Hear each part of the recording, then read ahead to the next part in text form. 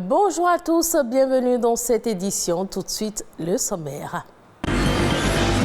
Vous est-il déjà arrivé de tutoyer ou de vous voyer quelqu'un dès la première rencontre? Ils sont nombreux à commettre cette imprudence. On vous dit tout sur le tutoiement et le vouvoiement dans un instant. Le cœur des yeux, c'est un nouvel ouvrage qui vient de paraître. Fabrice Olabi-Tossa en est l'auteur. Dans ce recueil poétique, l'auteur dépeint la vie à travers des rimes et des vers qui plongent le lecteur dans un univers d'amour, de partage et de solidarité. Les tresses chez les hommes, effet de mode ou frime, c'est une tendance qui fait tabac aujourd'hui et cela passe surtout pour une nouveauté. On en parle dans ce journal. Bienvenue dans cette édition. Ce 29 mars est une journée dédiée aux nuages. L'écrivain et ancien avocat Mathieu Simonet en est l'initiateur. Le 29 mars 2022, plus de 500 jeunes d'une commune de Seine-et-Marne en France se sont allongés sur l'herbe pour décrire les nuages. Ce sera un remake de répétition. Le même jour, ils ont formé une chaîne humaine pour demander à l'ONU la mise en place d'un statut juridique du nuage. De nombreux États manipulent les nuages pour les faire pleuvoir. Ils demandent donc que ces manipulations soient encadrées juridiquement. Il est parfois difficile de savoir si l'on doit tutoyer ou vous voyez quelqu'un de la première rencontre. Il vous est certainement déjà arrivé dans une situation où vous devez vous voyez une personne et vous vous retrouvez à la tutoyer. Mais pas de panique, on vous dit tout sur le tutoiement et le vouvoiement ainsi que ses implications dans ce reportage signé Odette Dossou, Cédric Soso et Reine Ouira. Dans les relations interpersonnelles, il existe des règles de la langue française. Le vouvoiement et le tutoiement s'inscrivent dans cette logique. Le tutoiement, c'est pas trop poli selon moi. C'est mieux de vouvoyer que de tutoyer. Quand on vous voit, c'est plus poli, c'est se respecter sur soi-même. Vouvoyer, c'est une formule de politesse. De manière générale, le vouvoiement est un signe de respect et de politesse envers son interlocuteur. Le tutoiement, quant à lui, est une marque de proximité, d'intimité ou de familiarité. C'est une question d'éducation et de société, d'organisation, n'est-ce pas, de chaque société. Nous, dans notre milieu, là où moi j'ai été éduqué, on ne peut pas tutoyer un supérieur. On nous a appris à vouvoyer.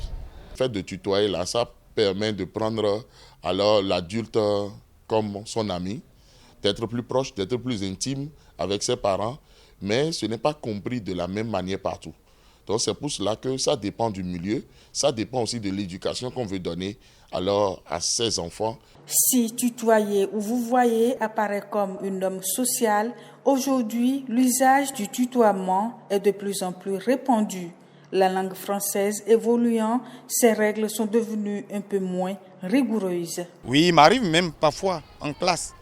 Je vois certains élèves, me tutoyer. Dans certains types de milieux, ce n'est pas un problème. Surtout s'il y a déjà l'amitié, s'il y a déjà une symbiose, s'il y a déjà la relation qui a déjà duré, il n'y a pas de problème à tutoyer. Mais une nouvelle personne qu'on ne connaissait pas, il faut toujours vous voir cette personne d'abord et après maintenant, le tutoiement peut se mettre en place. En bref, il est préférable de s'assurer de la disposition d'une personne à être vouvoyée ou tutoyée avant de le faire. L'emploi de cette distinction grammaticale est subtil et souvent subjectif. Le cœur des yeux, c'est un ouvrage poétique écrit par Fabrice Olabi Tossa, un jeune auteur qui dépeint la vie à travers des rimes et des vers et qui plonge le lecteur dans un univers d'amour, de partage et de solidarité. Le cœur des yeux est un recueil de poèmes dont l'auteur parle au micro de Ulvaeus Balogun et Immaculée Wélité. C'est un ouvrage qui retrace l'existence humaine et qui parle d'existence humaine pense déjà à un certain nombre de vécus, que ça soit de façon positive comme négative. Le cœur des yeux, juste pour faire le rapprochement entre le cœur et les yeux, parce que les yeux apparaissent comme le premier organe par lequel l'on voit. Et lorsqu'on voit, ce qu'on voit envoie un signal au cœur. Je suppose, lorsque l'on tombe sur une jeune dame ou un jeune homme qu'on apprécie, ce sont les yeux qui l'observent d'abord, qui voient ce dernier ou cette dernière, et ensuite renvoient un signal au cœur. Et c'est dans le cœur que s'installe l'amour. Et c'est de la même façon, lorsque l'amour finit et ça devient la haine, c'est toujours dans le cœur que se cache cette haine-là. Et donc le cœur et les yeux ont quand même ce lien intrinsèque qui révèle aussi, lorsqu'on va même sur le plan religieux, la foi en Dieu réside dans le cœur. Autrement, lorsque l'on demande par exemple quelque chose à Dieu, il faut la visualiser. En la visualisant, en l'imaginant, l'on le voit. Et donc c'est également à travers les yeux. Et il y a ce lien intrinsèque entre l'œil et le cœur. Et donc je choisis bien mes mots, je les pèse bien, ce qui fait que la compréhension est accessible à toutes les couches. Il n'y a pas, même quand un élève de 5e, 3e va prendre mon livre, va le lire, comprendra parfaitement. De la même façon, quand une personne âgée prendra le livre, va parfaitement comprendre.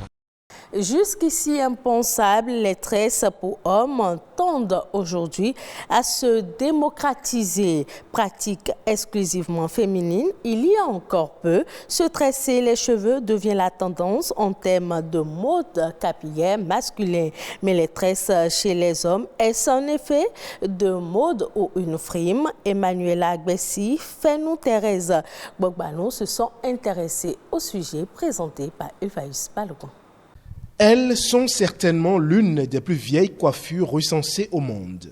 Les tresses, très populaires aujourd'hui, sont de plus en plus prisées par les hommes. Et les raisons de ce choix sont diverses. Il y a des gens, ils le portent pour la forme, mais pour nous c'est un vœu de Nazareth. Cela veut dire que c'est de ne jamais se raser, comme la Bible a dit, même les barbes. Donc nous on le suit. Porter les cheveux, c'est rester naturel. C'est être en contact avec l'Éternel. Moi, je ne l'ai pas choisi. Ce n'est pas révélation spirituelle. Donc, avant ma naissance, ils ont déjà dit de ne pas me coiffer les cheveux.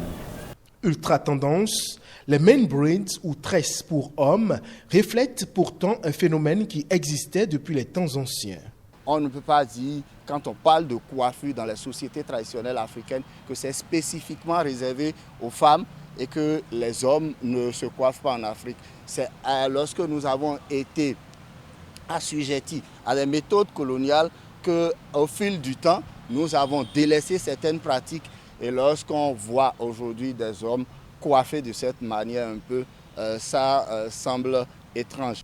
Malheureusement, les personnes assumant leurs tresses font fréquemment face aux moqueries et aux regards des autres. Nous, on est un peu mal vus par la société. On nous voit un peu différemment à travers, déjà voir moi mon style avec les piercings et tout. Les gens peut-être ont tendance à lire d'autres manières notre allure, mais c'est pas négatif. Ça n'a pas d'incidence sur notre personnalité. Dans la société, je pense que c'est la conduite de l'homme qui représente l'homme.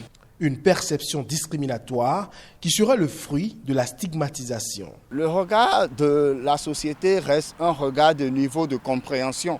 Si vous jugez quelque chose, vous ne pouvez juger que par rapport aux informations que vous détenez.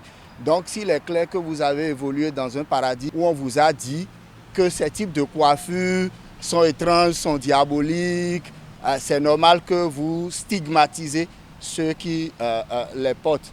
Il nous revient à nous, qui sommes des initiés, de pouvoir donner le bon exemple pour que de plus en plus le regard que les gens portent sur les porteurs de ces coiffures dans la société africaine change. Autant chez les femmes que chez les hommes, les tresses, au-delà d'être un effet de mode, apparaissent plutôt comme un choix.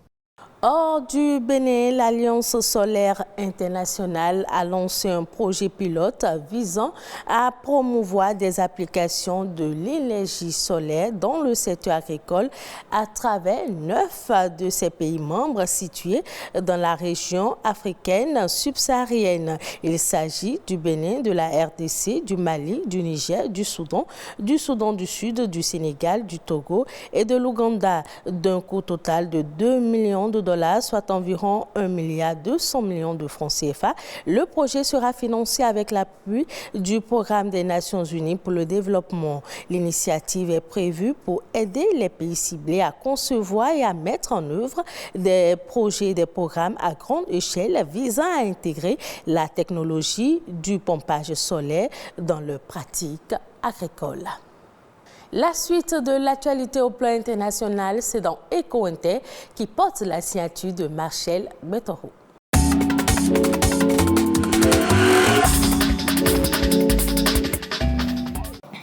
Le FMI prévoit une croissance mondiale en dessous de 3% pour 2023. Une attention particulière devait être portée aux pays les plus vulnérables, notamment ceux dont le niveau d'endettement est très élevé. C'est le résultat des analyses économiques issues du Forum sur le développement de la Chine tenu le dimanche dernier à Pékin. Les économies avancées ont pris certes des mesures décisives qui ont dans une certaine mesure atténué les tensions sur les marchés. Mais l'incertitude est élevée et il faut rester vigilant.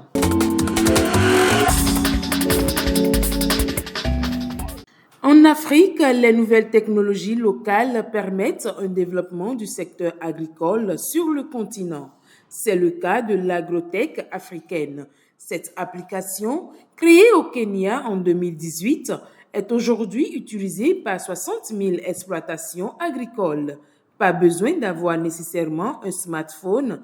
L'application est maintenant développée pour envoyer des données et des conseils en langue locale par SMS. L'interface est gérée par des agents communautaires sélectionnés et formés pour organiser un calendrier de travail pour l'agriculteur. L'application espère avoir 10 millions d'abonnés d'ici à 2027. Bientôt, une industrie de fabrication de batteries des véhicules électriques installée en République démocratique du Congo. À cet effet, un accord est intervenu lundi dernier entre les autorités congolaises, zambiennes et des partenaires financiers. Sur 2000 hectares, la zone économique spéciale transfrontalière sera érigée dans la province du Haut-Katanga, riche en lithium et autres matières nécessaires comme le colbate et le cuivre.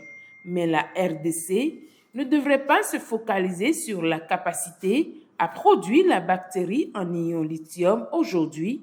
Elle doit continuer à innover et à pouvoir s'adapter à l'évolution et à la technologie au niveau international.